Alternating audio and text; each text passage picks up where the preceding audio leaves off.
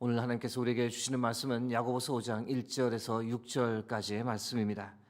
가지고 계신 신약 성경 375면이 되겠습니다.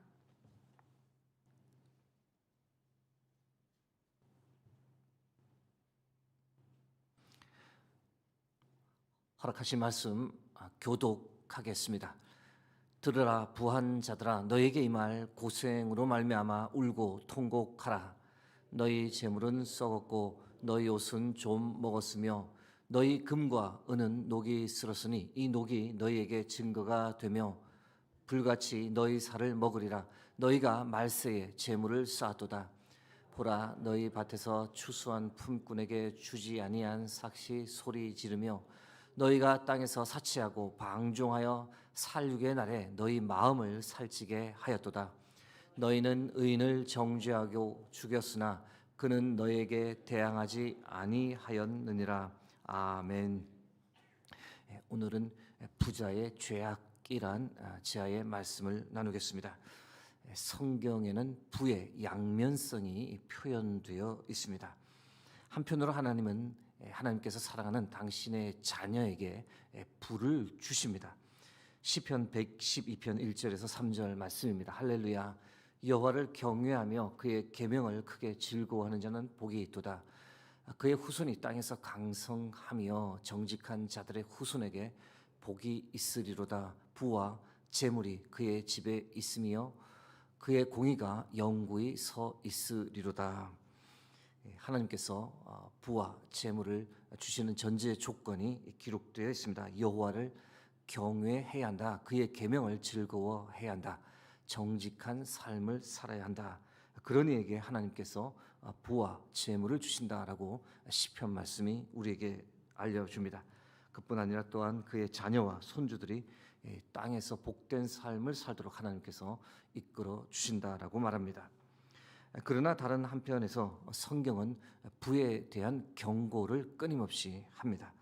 익히 하는 말씀입니다. 마가복음 10장 25절 말씀입니다. 낙타가 바늘 귀로 나가는 것이 부자가 하나님의 나라에 들어가는 것보다 쉬우니라 하시니, 표면적으로만 보면 부자가 하나님의 나라에 들어가는 것은 거의 불가능하다라는 말씀입니다. 마태복음 6장 24절 말씀도 있습니다. 한 사람이 두 주인을 섬기지 못할 것이니 혹 이를 미워하고 저를 사랑하거나 혹 이를 중히 여기고 저를 경히 여김이라. 너희가 하나님과 재물을 겸하여 섬기지 못하느니라. 우리 대부분은 그렇게 바랍니다. 하나님도 섬기고 재물도 섬기며 살고 싶다. 그렇게 할 수 있다라고 생각합니다. 그러나 예수님께서 분명히 말씀하십니다. 하나님과 재물을 겸해서 섬기는 것은 불가능하다. 달리 말씀드리면 재물에 욕심을 가지게 되면 하나님을 섬기는 것은 불가능하다. 돈과 재물이 어느덧 하나님 대신 우상이 되어버린다라고 경고합니다. 오늘 본문은 부한 자를 향한 경고의 메시지를 담고 있습니다. 부자들뿐 아니라 부자가 되는 것을 목적으로 삼고 살아가는 이들에게 경고의 메시지를 던집니다. 야고보서 5장 1절 말씀입니다. 들으라 부한 자들아, 너희에게 이 말 고생으로 말미암아 울고 통곡하라. 부한 자들에게 이 말 고생이 무엇일까요? 고생이란 단어 헬라어로 보면 고생보다는 비참함이라고 번역하는 것이 더 좋습니다. 어떤 비참함일까? 결국 하나님의 나라에 들어가지 못하는 비참함을 뜻합니다. 이유가 무엇일까? 그 이유 몇 가지가 오늘 성경 말씀에 기록되어 있습니다. 부자가 범하는 죄악이 무엇일까? 그 몇 가지를 이 새벽에 나눕니다. 첫 번째는 말세에 재물을 쌓아가는 겁니다. 야고보서 5장 3절 후반부 말씀입니다. 너희가 말세에 재물을 쌓았도다. 지금이 재물 쌓을 때냐? 하나님께서 우리에게 말씀하시는 경고입니다. 말세에 대한 명확한 이해가 필요합니다. 말세는 마지막 때를 뜻합니다. 협의적 의미로 말하면 예수님의 재림으로 하나님의 나라가 완성되는 때를 마지막 때라고 볼 수 있습니다. 그러나 좀 더 넓은 광의적 의미로 보면 말세는 이미 예수님이 이 땅에 처음 오셨던 초림 때부터 시작되었다라고 볼 수 있습니다. 그런 의미로 보면 우리는 이미 마지막 때를 살아가고 있다라고 말할 수 있는 거죠. 지금이 재물을 쌓을 때냐? 우리를 향한 하나님의 메시지입니다. 재물 쌓는 것에 혈안이 되어 살면 하나님과 무관한 삶을 살게 된다. 말세를 살아가는 우리가 집중해야 할 것은 하나님의 나라이지 이 땅에서 잘 먹고 잘 사는 것이 아니다. 이 사실을 오늘 말씀이 우리에게 가르쳐 줍니다. 성경에는 말세에서 보여지는 인간의 두 가지 대조적인 모습이 드러나 있습니다. 하나는 아주 부정적인 모습입니다. 디모데후서 3장 1절에서 5절 말씀입니다. 너는 이것을 알라. 말세에 고통하는 때가 이르러 사람들이 자기를 사랑하며 돈을 사랑하며 자랑하며 교만하며 쾌락을 사랑하기를 하나님 사랑하는 것보다 더하며 경건의 모양은 있으나 경건의 능력은 부인하니 이 같은 자들에게서 내가 돌아서라.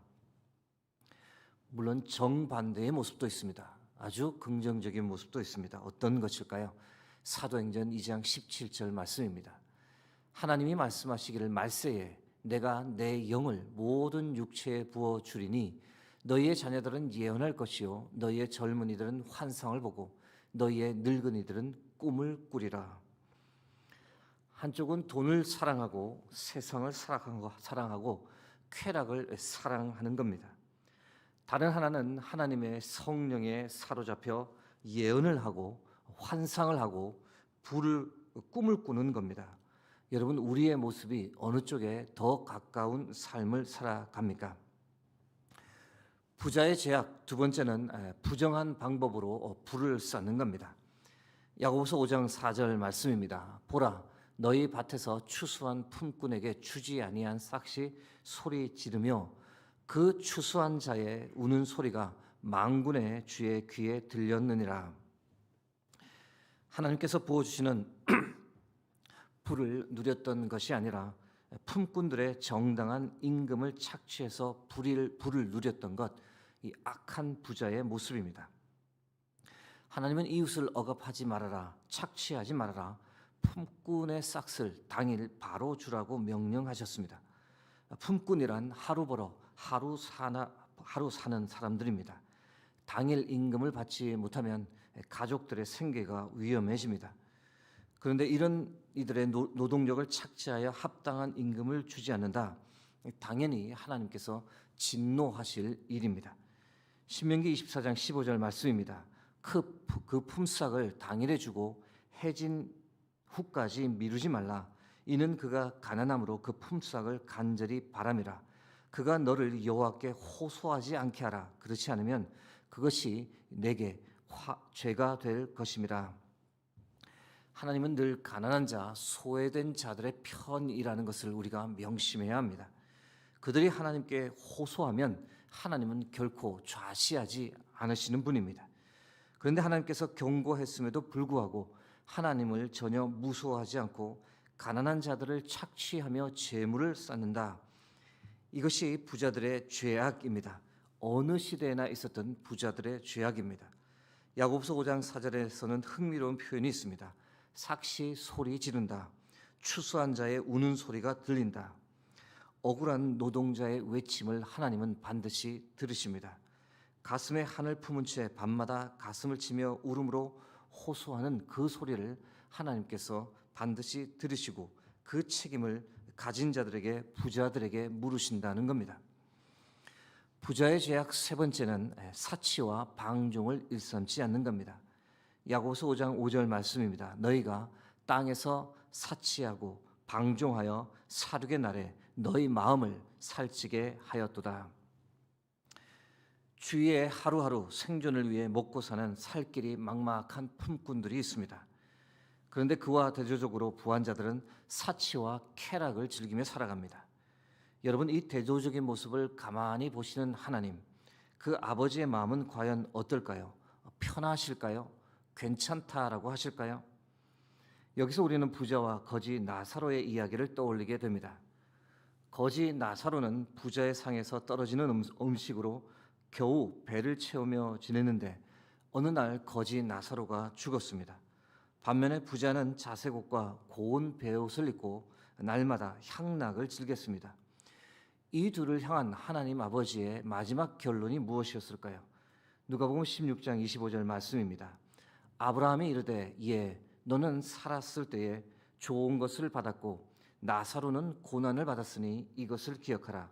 이제 그는 여기서 위로를 받고 너는 괴로움을 받느니라.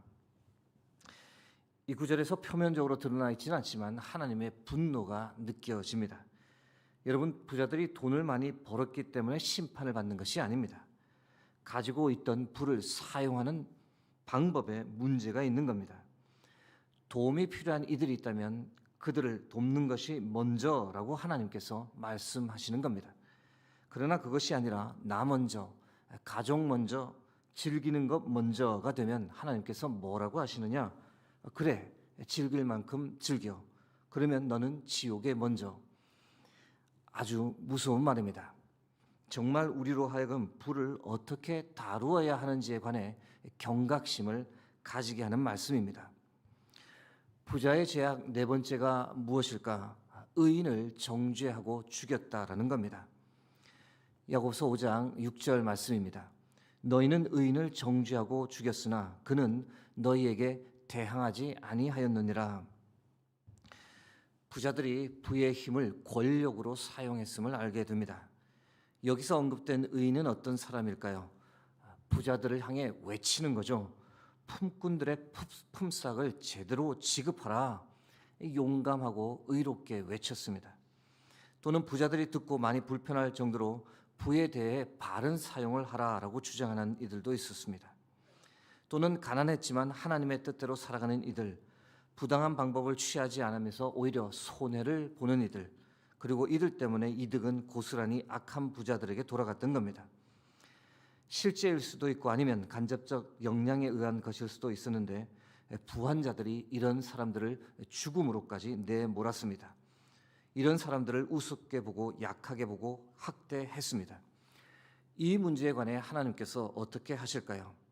하나님께서 어떻게 하신다라는 메시지가 성경에 직접 기록되어 있지는 않지만 우리가 충분히 예상할 수 있습니다. 결국 하나님께서 이들을 심판하실 겁니다. 대신 의인의 원한을 풀어주실 겁니다. 이제 말씀을 맺으며 오늘 주신 말씀 가지고 함께 기도하려 합니다. 성경은 결코 부자가 되지 말라, 부를 쌓지 말라고 말하지는 않습니다.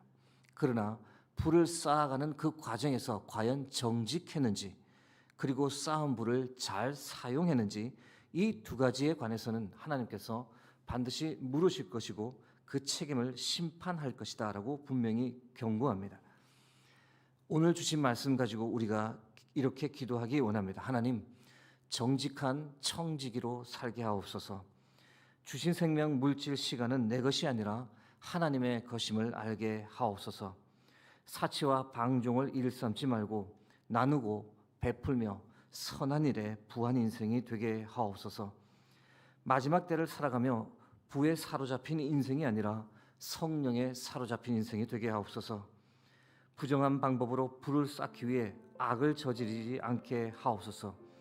하나님, 소유가 목적이 되지 않게 하시고 결국 썩을 것인데 썩을 것에 목숨 걸다 하나님까지 잃어버리는 어리석은 삶을 살지 않게 하옵소서. 마지막까지 우리가 바르게 살아가므로 우리의 자녀들, 손주들도 우리와 똑같이 그런 삶을, 청지기의 삶을 살아가게 하옵소서. 이 시간 합심하여 우리가 하나님 앞에 함께 기도하며 나가겠습니다. 기도하시겠습니다.